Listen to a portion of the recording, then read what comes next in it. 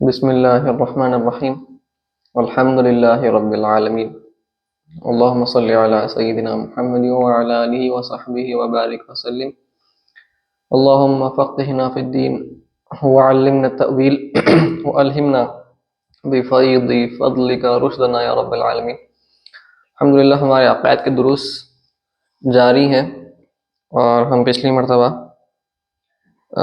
اللہ سبحانہ و تعالیٰ کے متعلق کچھ ہم صفات پر گفتگو کیے تھے۔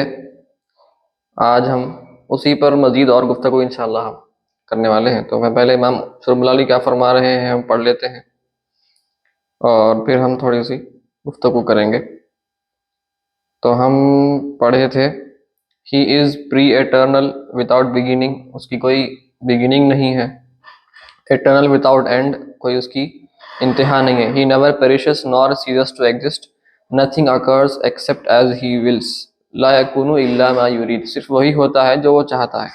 Thoughts cannot reach him and minds cannot grasp him، creation cannot resemble him۔ ہم اس سے پہلے بات کیے تھے کہ مخلوق سے خالق کی کوئی مشابہت ہو ہی نہیں سکتی۔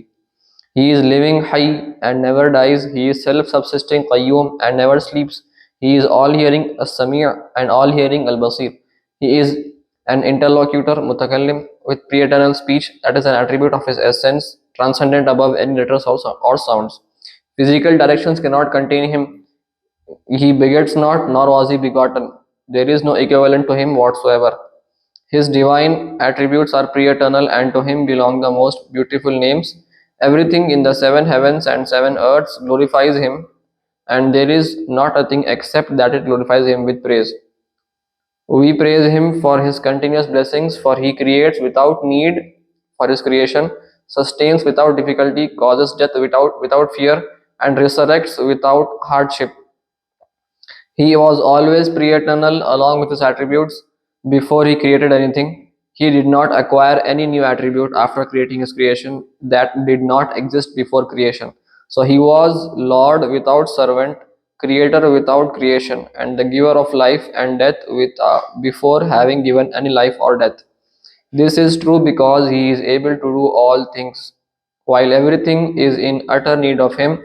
Every matter is easy for him, and he is in need of nothing۔ Nothing is hidden from him۔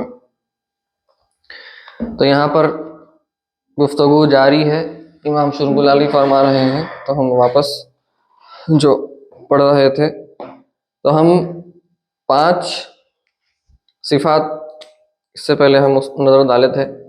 تو رول آف 5 ہم کہے تھے، رول آف 5 کیا ہے؟ یہ 5 صفات ہمارے ذہن میں ہونا ہے۔ الاول، اور کیا تھی؟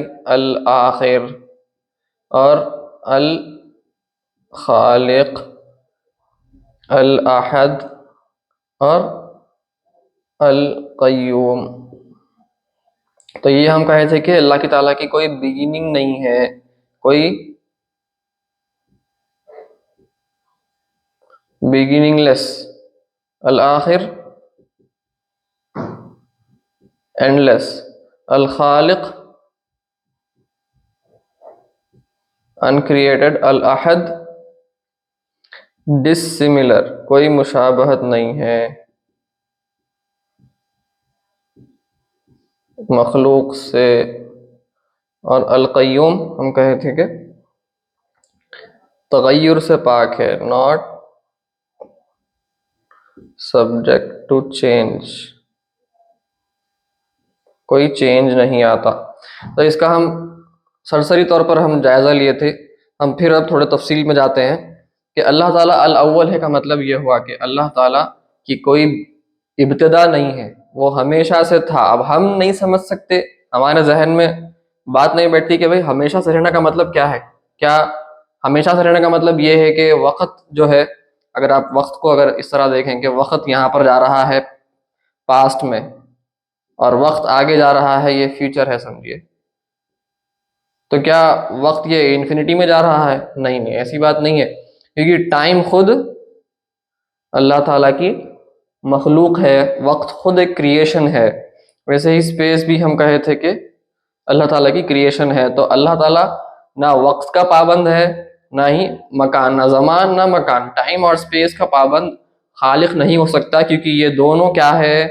یہ کریشن ہے، اور کریشن کا پابند کریٹر نہیں ہو سکتا۔ تو ہم اللہ تعالیٰ کی کوئی بگننگ نہیں ہے سبحانہ و تعالیٰ، کوئی اس کی انتہا نہیں ہے، وہ ہمیشہ رہنے والا ہے، اور وہ ان کریٹڈ ہے، خالق ہے، اس کو کسی نے پیدا نہیں کیا۔ اگر کوئی پیدا کرے تو پھر وہ کیا ہو جائے گا؟ مخلوق ہو جائے گا۔ پیدا کس کو کیا جاتا ہے؟ مخلوق کو کیا جاتا ہے۔ وہ کریٹر ہے، وہ کریشن نہیں ہے، لہٰذا وہ پیدا نہیں کیا گیا، کسی نے اسے پیدا نہیں کیا، وہ ہمیشہ سے تھا، وہ اس کی صفت ہے۔ ویسے ہی الاحد ہم کہے تھے، مخلوق سے کوئی مشابہت نہیں ہو سکتی خالق کی، کیونکہ اگر خالق کے اور مخلوق کے صفات میں کچھ مشابہت ہو تو پھر وہ خالق کیسے رہا؟ نہیں ہو سکتا پھر خالق، کیونکہ پھر وہ مخلوق کے صفات اگر داخل ہو جائے تو پھر وہ مخلوق ہو جائے گا۔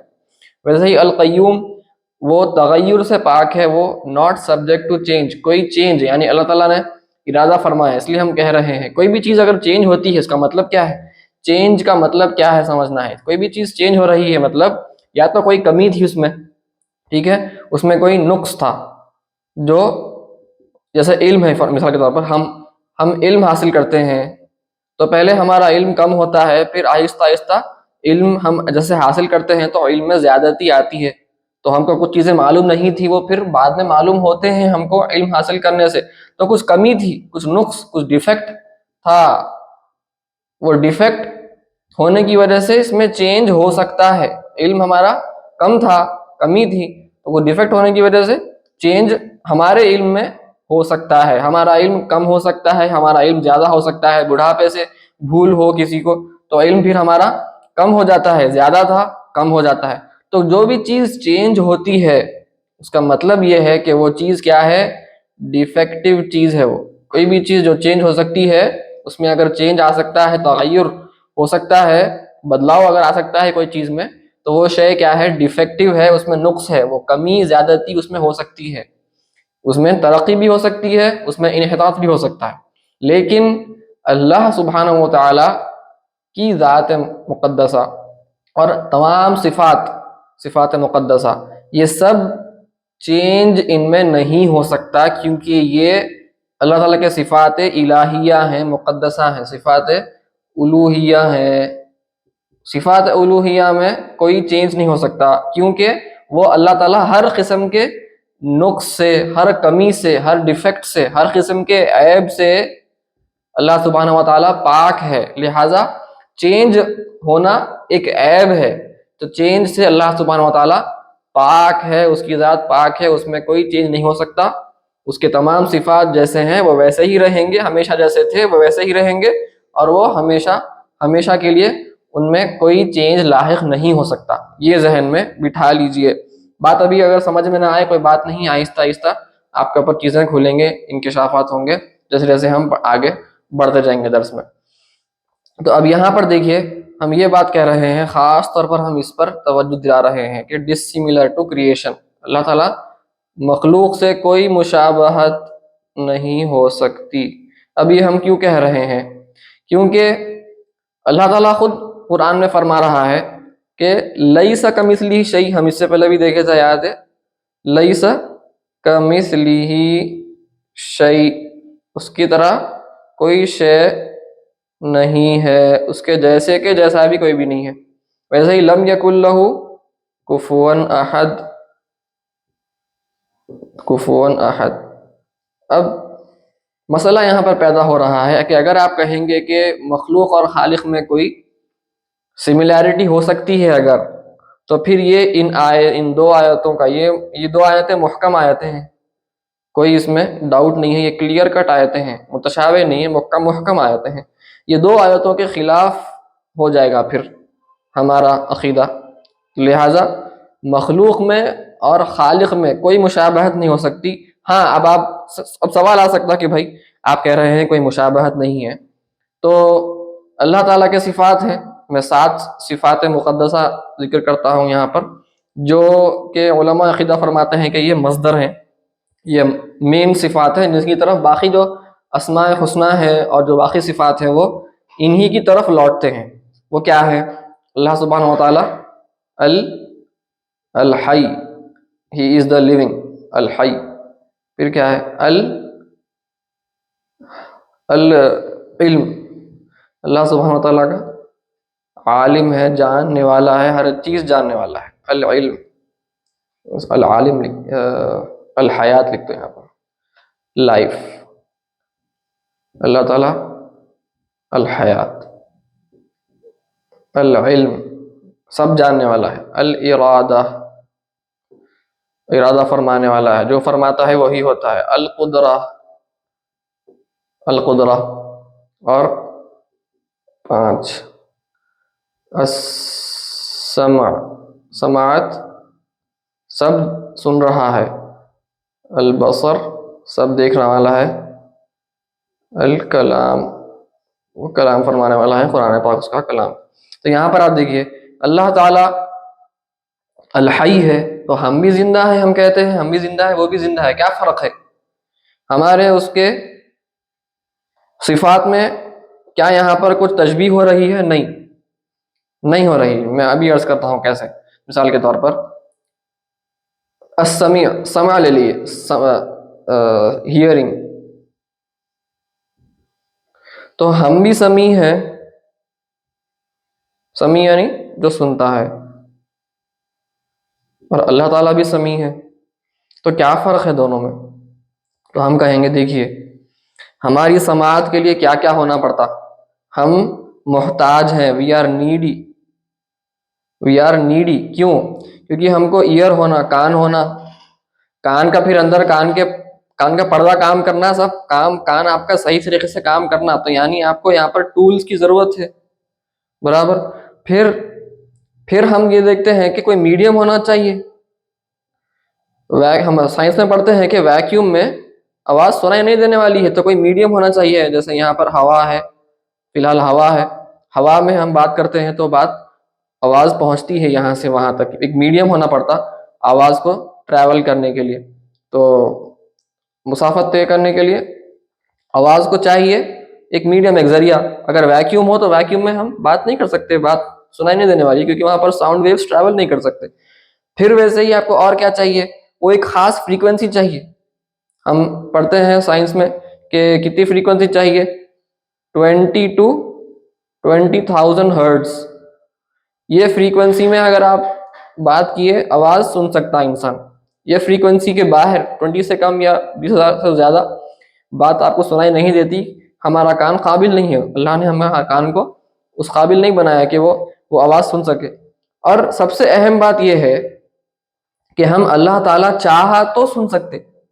ہماری سماعت جو ہے اللہ تعالیٰ چاہا تو یہ سب ہونے کے بعد یہ سب شرائط ہیں، پھر اللہ چاہا، اللہ نے ارادہ فرمایا تب جا کر ہم سن سکتے.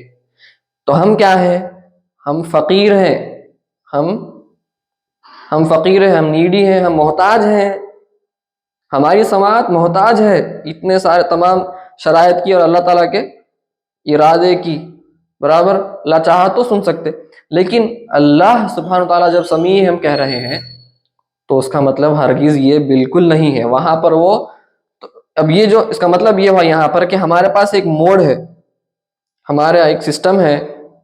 آپ اس کو کیا کہیے، موڈالٹی کہیے، یا آپ کہیے ایک نظام ہے، ایک سسٹم ہے، ایک میکانزم ہے اللہ نے پیدا فرمایا ہے ہماری سننے کے لیے.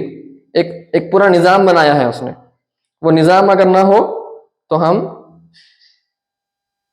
نہیں سن سکتے.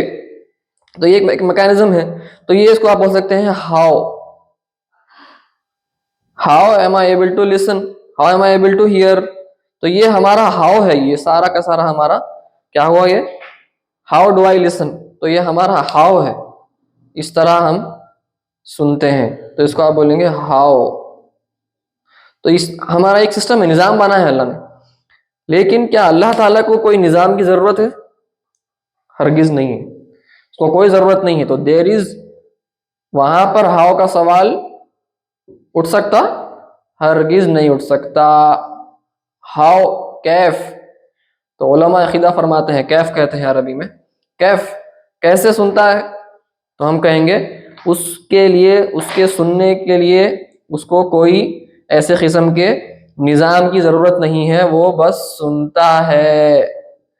کیسے سنتا ہے ہم کو نہیں پتا وہ کیسے سنتا ہے، کیونکہ سننا کیسے ہوتا ہے ہم کو پتا ہے کہ وہ سنتا ہے، لیکن وہ کیسے سنتا ہے یہ سوال ہی غلط ہے، کیونکہ موڈیلٹی، ایک میکینزم، ایک سسٹم اس کے لیے ہوتا ہے جو محتاج ہوتا ہے، نیڈی ہوتا ہے، فقیر ہوتا ہے۔ اللہ سبحانہ و تعالیٰ کسی کا محتاج نہیں ہے، لہٰذا اللہ تعالیٰ بلا کیف سنتا ہے، without any how, there is no how، بلا کیف سنتا ہے، because the how، the mechanism، mode does not apply to اللہ تعالیٰ۔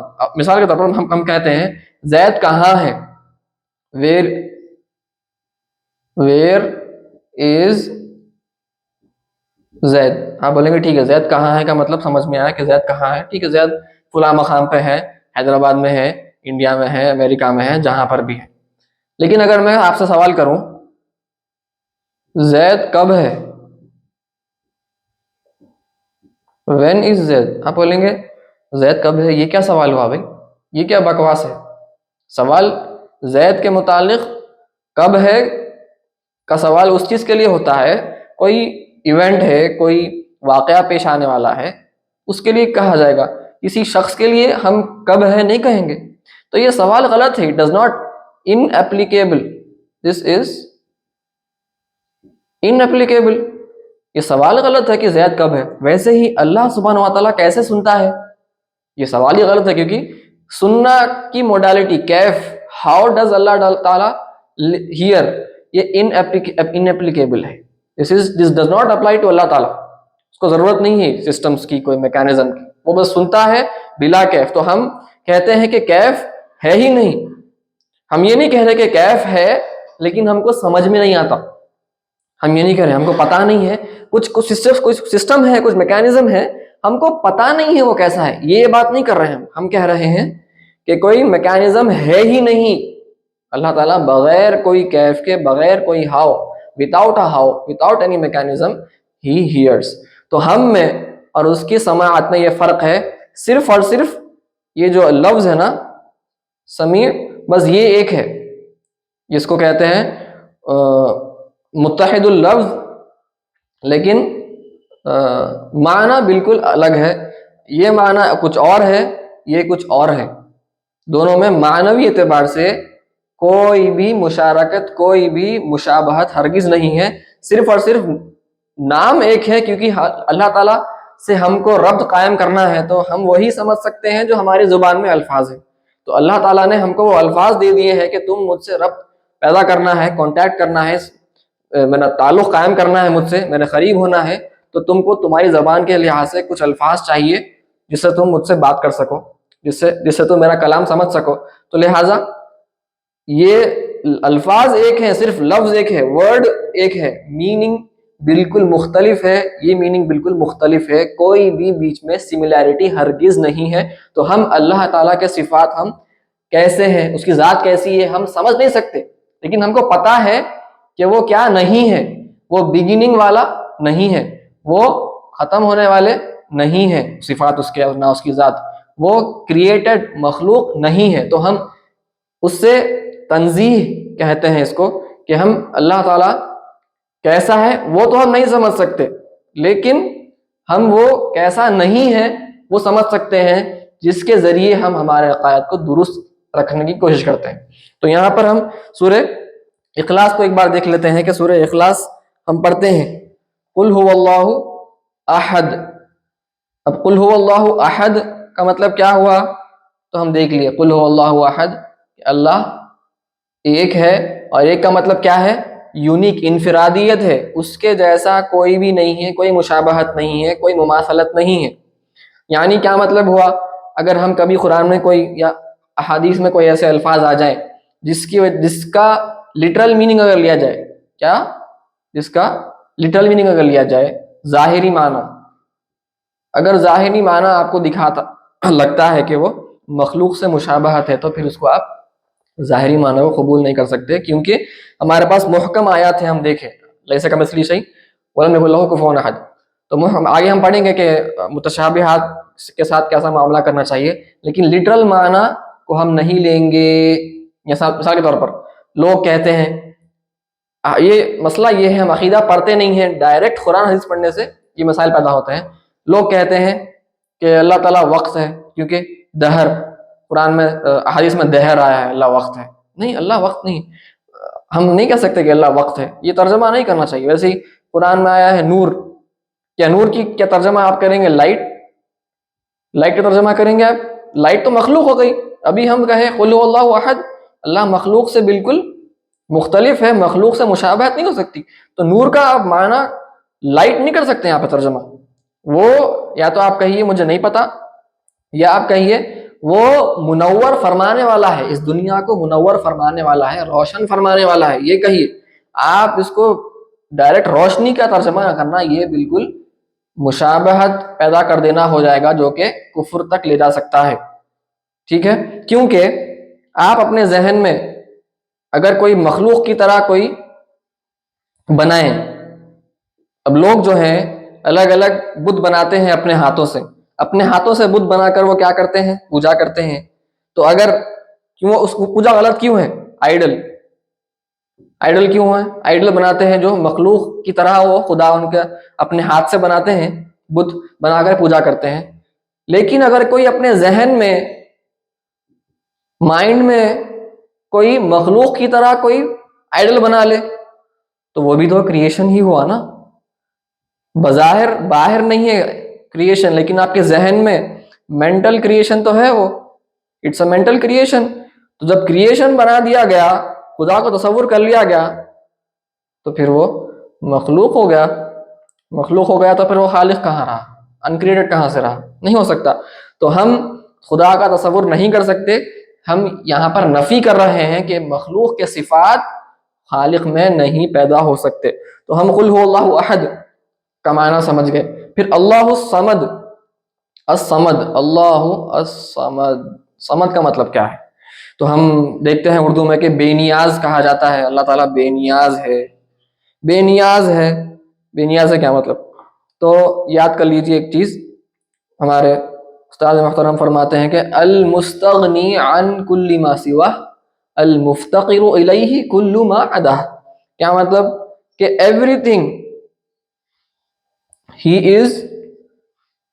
ہی سبحانہ و تعالی از not in need of anything for anything, and everything is in need of him for everything۔ المستغنی عن کل ما سوا المفتقر الیہ کل ما عدا، کہ ہر چیز اس پر ڈیپینڈنٹ ہے، ہر چیز کے واسطے، اور وہ کوئی بھی شے پر، کوئی بھی چیز کا محتاج نہیں ہے، کوئی بھی چیز کے لیے، کوئی شے کے لیے۔ تو وہ محتاج کسی کا نہیں ہے کسی بھی چیز کے لیے، اور ہر چیز اس کی محتاج ہے ہر چیز کے لیے۔